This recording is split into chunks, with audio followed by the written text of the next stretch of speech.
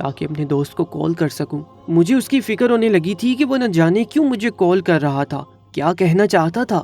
اس کے الفاظ مجھے سمجھ نہیں آئے تھے مگر لہجہ گھبرایا ہوا سا تھا۔ مجھے وہاں سے جاتا دیکھ کر اچانک ان عورتوں نے مجھے دبوچ لیا۔ میں گھبرا کر انہیں دیکھنے لگا اور اس کے بعد جو کچھ ہوا وہ میرے ہوش اڑا کر رکھ گیا تھا۔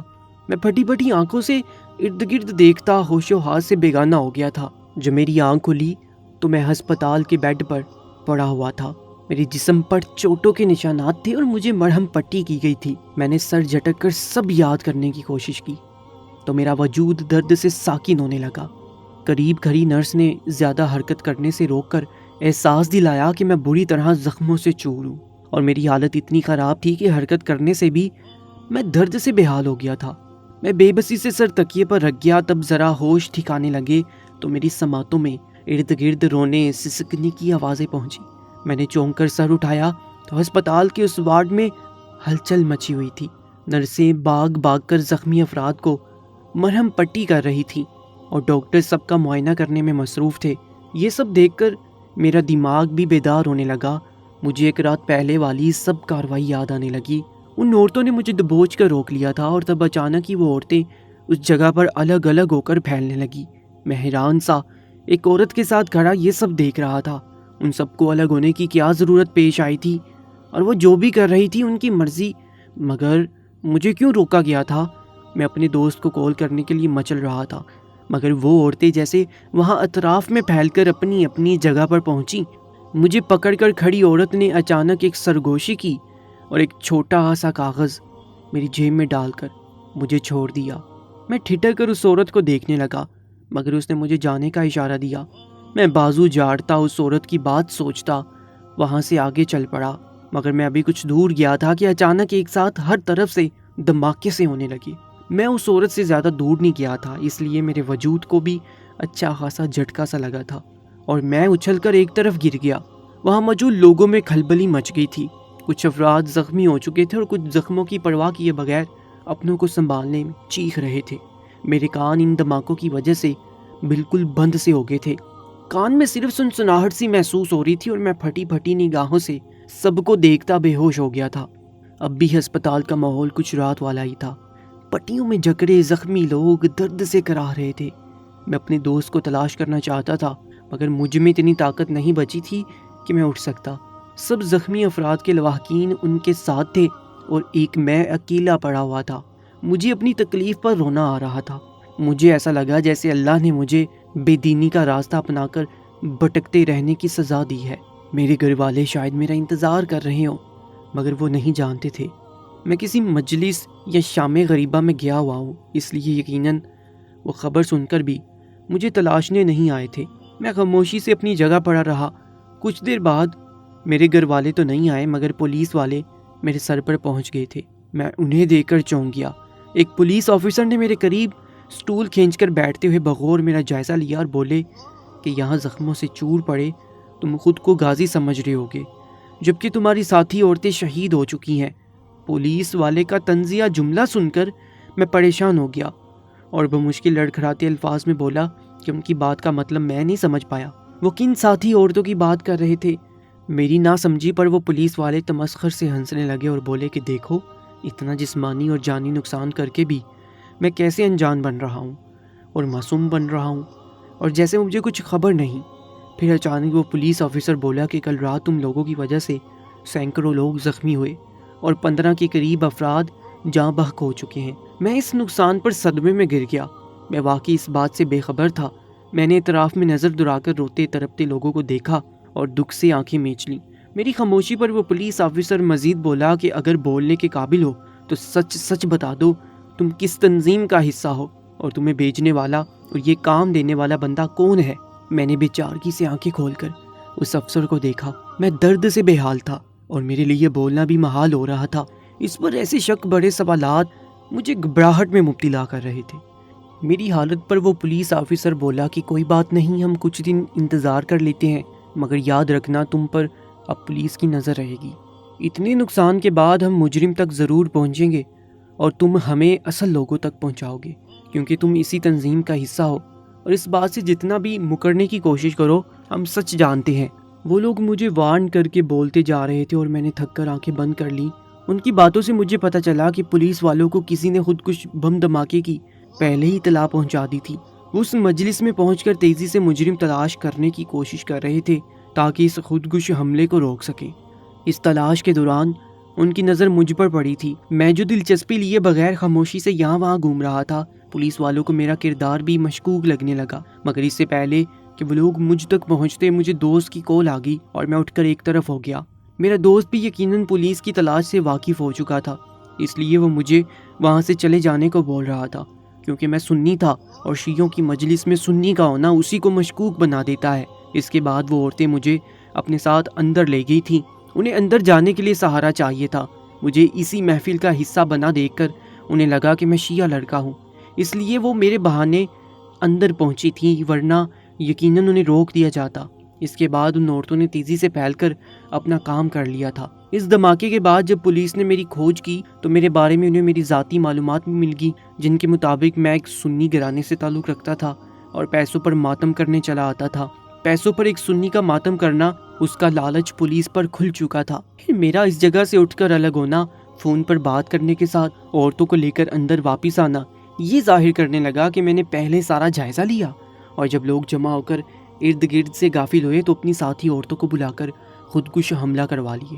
پولیس والوں نے ہمیں بتایا کہ وہ بم بہت چھوٹے سے تھے، جن کی وجہ سے صرف وہی خودکش حملہ آور عورتیں اور ان کے بالکل قریب موجود لوگوں کا نقصان ہوا تھا۔ شاید ان کا مقصد صرف تھوڑا بہت نقصان کر کے سب کو ڈرانا تھا۔ پولیس نے مجھے پہلے ہی باور کروا دیا تھا کہ میں ہی ان کا مطلوبہ فرد ہوں اور مجھ سے ہی وہ لوگ اصل گینگ تک پہنچیں گے۔ میرے سر پر شدید پریشانی سوار ہو چکی تھی۔ جسم کی تکلیف تو میں جیسے تیسے برداشت کر رہا تھا، مگر خود پر لگ چکا الزام کیسے برداشت کرتا؟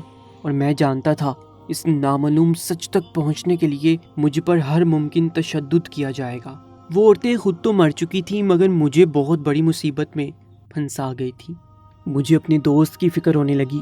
ایک وہی تھا جو میری گواہی دے سکتا تھا، حالانکہ ایک عام سے لڑکے کی گواہی کا پولیس پر کوئی اثر نہیں ہونے والا تھا۔ مسلسل مرہم پٹی اور دواؤں سے میری حالت کچھ بہتر ہوئی تو میں اپنے گھر والوں سے رابطہ کرنے کی کوشش کرنے لگا۔ وارڈ کے باہر پولیس والے مسلسل موجود تھے تاکہ میں کہیں بھاگ نہ سکوں، اور جیسے میں کچھ بہتر ہو جاؤں وہ مجھے جیل لے جائیں۔ میں جتنا وقت ہسپتال میں رہا، پولیس والے میرے سر پر ایک عذاب کی طرح مسلط رہے، اور وقتاً فوقتاً پولیس آفیسر میرے پاس آ کر مجھ سے سوالات کرنے لگتے اور مجھے یقین دلاتے کہ میں اگر سچ بتا دوں تو وہ لوگ مجھے چھوڑ دیں گے۔ میں بالکل خاموش رہا، نہ میں ان کی بات سے انکار کر رہا تھا نہ حامی بڑھ رہا تھا۔ میں جانتا تھا کہ ان کی بات ماننے کا مطلب خود کو مجرم ثابت کر کے ساری عمر کی سزا مول لے لیتا، اور انکار کرنے کا ان پر کوئی فائدہ نہیں ہونے والا تھا۔ وہ مجھے ہر حال میں مجرم مان چکے تھے۔ میری خاموشی پر پولیس والے چلے گئے اور میں اس عورت کی بات یاد کرنے کی کوشش کرنے لگا۔ میرے دماغ میں اچانک جماکا سا ہوا۔ اس عورت نے مجھے سرگوشی میں کہا کہ تم نے آج ہماری جو مدد کی ہے اس کا اجر اللہ کے پاس بہت بڑا ہے۔ تب مجھے اس بات کا مطلب سمجھ نہیں آیا تھا، مگر اب میں سوچ رہا تھا کہ وہ عورت مجھ سے دراصل کس مدد کی بات کر رہی تھی۔ میں نہیں جانتا تھا کہ واقعی مجھے اجر ملنے والا تھا یا نہیں، مگر میری نظر میں یہ سب بالکل اللہ کو پسند نہیں ہو سکتا تھا۔ ایسا صرف سنی لوگوں نے نہیں کیا تھا۔ میری شیعہ سنی کی اس لڑائی میں کئی دفعہ سنی افراد کو مرتا ہوا دیکھ چکا تھا، اور کئی دفعہ شیعہ افراد کو بھی مرتا دیکھ رہا تھا۔ آپ کی اس فرقہ واریت کی جنگ میں ایک دوسرے کا نقصان کر کے دونوں طرف کے لوگ اسی غرور میں مبتلا تھے کہ وہ اصل دین سے جڑے ہوئے ہیں اور وہی اللہ کے قریب ہیں، جبکہ سچ تو یہ تھا کہ اللہ کا دین اس لڑائی اور فرقوں کی اجازت ہرگز نہیں دیتا تھا، نہ ہی اپنے جیسے کلمہ گو مسلمان بھائیوں کو بےدردی سے مارنا یا گالم گلوچ میں خاندانوں، نسلوں اور حتیٰ کہ صحابہ کرام پر اول فول بکنا اللہ کا دین ہے۔ میں اداس سا اپنی جگہ پڑا ہوا تھا کہ مجھے اپنی جیب میں رکھی جانے والی پرچی کا خیال آیا۔ میں نے اپنے کٹے پھٹے لباس کی جیب میں ہاتھ ڈالا تو میرا دل دھڑک اٹھا، کیونکہ وہ کاغذ ابھی بھی وہیں موجود تھا۔ میں نے وہ کاغذ نکال کر اسے کھولا تو اس میں لکھی تحریر نے مجھے گمسم کر دیا۔ میں ساکت سا اس کاغذ پر لکھے الفاظ پڑھ رہا تھا۔ اس کاغذ پر میری بے گناہی کا ثبوت تھا، مگر مجھے امید نہیں تھی کہ پولیس مجھ پر یقین کرے گی۔ پھر بھی میں نے اگلی بات پولیس آفیسر کے آنے پر اس سے بات کی اور اس سے کہا کہ میں مجرم نہیں ہوں، اور اس بات کا ثبوت بھی میرے پاس ہے۔ میری بات پر پولیس والا ابرو چڑھا کر طنزیہ نظروں سے مجھے دیکھتا رہا۔ میری ہمت جواب دینے لگی، مگر میں خود کو اس عذاب سے بچانا چاہتا تھا۔ میں نے وہ کاغذ پولیس والے کی طرف بڑھایا۔ دھواں دھواں اد جلا سا کاغذ دیکھ کر پولیس والا سیدھا ہوا اور جلدی سے کاغذ کھول کر اس میں لکھی تحریر پڑھنے لگا۔ میں امید بڑی نظروں سے پولیس والے کو دیکھ رہا تھا کہ شاید وہ کاغذ پڑھنے کے بعد مجھے بے گناہ مان لے اور میری جان چھوڑ دے، مگر اس پولیس والے نے وہ سب پڑھ کر داد دینے والے انداز میں سر ہلایا اور بولا کہ ماننا پڑے گا، تم جیسے عیار قاتلوں کا دماغ بہت تیزی سے چلتا ہے۔ تم اس حال تک پہنچنے سے پہلے ہی اپنے آپ کو معصوم ثابت کرنے کے لیے ایک کہانی تیار کر کے آئے ہو، مگر ہم پاگل بالکل نہیں ہیں۔ وہ کاغذ مٹھی میں دبا کر بال بناتا مجھ پر پھینک کر وہاں سے چلا گیا۔ میں پولیس والے کی بات پر ہمت ہار گیا۔ وہ لوگ مجھے بے قصور ماننے کو تیار نہیں تھے اور جانتے تھے کہ اگر مجھے بے گناہ ثابت کیا گیا تو انہیں ان خودکش حملہ آور عورتوں کی سچائی تک پہنچنے کی کوشش کرنی پڑے گی۔ وہ اس محنت سے بچ رہے تھے اور کیس کی فائل مجھے مجرم ثابت کر کے بند کر دینا چاہتے تھے۔ یہ ہمارے معاشرے کا نہایت دردناک المیہ ہے۔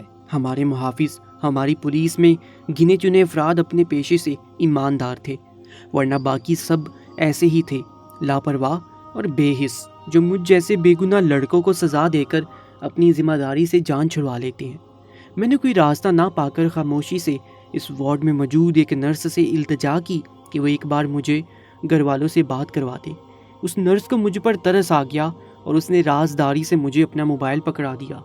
میں نے جلدی سے اپنے گھر کا نمبر ملایا۔ میرے والد اور بھائی پاگلوں کی طرح مجھے ڈھونڈ رہے تھے، میری کال پر فکر مند ہو گئے۔